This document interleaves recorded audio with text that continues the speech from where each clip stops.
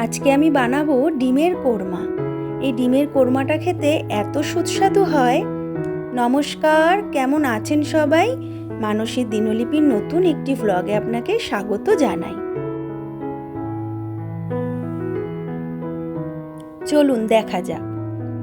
এখানে আমি আগের থেকে ডিমটা সিদ্ধ করে নুন আর একটু কাশ্মীরি লঙ্কার গুঁড়ো মাখিয়ে রেখেছি। আর মশলার মধ্যে নিয়েছি জয়িত্রী, কাজু বাদাম, চালমগজ, গোটা ধনে, গোটা গোলমরিচ আর বড় এলাচের দানা। ডিমগুলো আমি খুব হালকা করে ভেজে তুলে নেব। আর এখানে একটা বড় পেঁয়াজ আমি কুচি কুচি করে কেটে ব্রেস্তা বানিয়ে নেব। পেঁয়াজটা আমার ভাজা হয়ে গেছে, এবার তুলে নেব। আর ফোড়নে দেব গোটা গোলমরিচ, সাজিরে আর একটা এলাচ।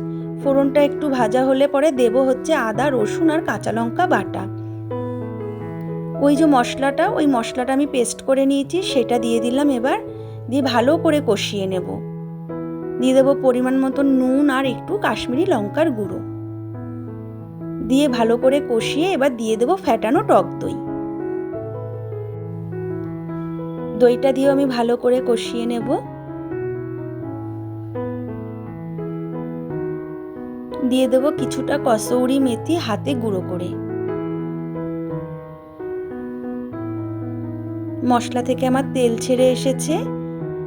এবার আমি গ্রেভির জন্য এখানে দিয়ে দেব বেশ কিছুটা পরিমাণে দুধ। দুধটা দিয়ে ভালো করে মিশিয়ে দিয়ে দেবো পরিমাণ মতন একটু মিষ্টি দিয়ে কিছুক্ষণের জন্য চাপা ঢাকা দিয়ে রাখলাম। গ্রেভিটা আমার ফুটে এসেছে। আর একটু নাড়াচাড়া করে দিয়ে দেবো ভাজা ডিমগুলো।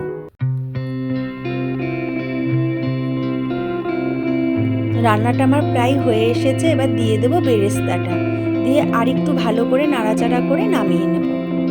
এই দেখুন কতটা সুন্দর দেখতে লাগছে, দেখুন খেতেও ততটাই স্বাদ হয়েছে।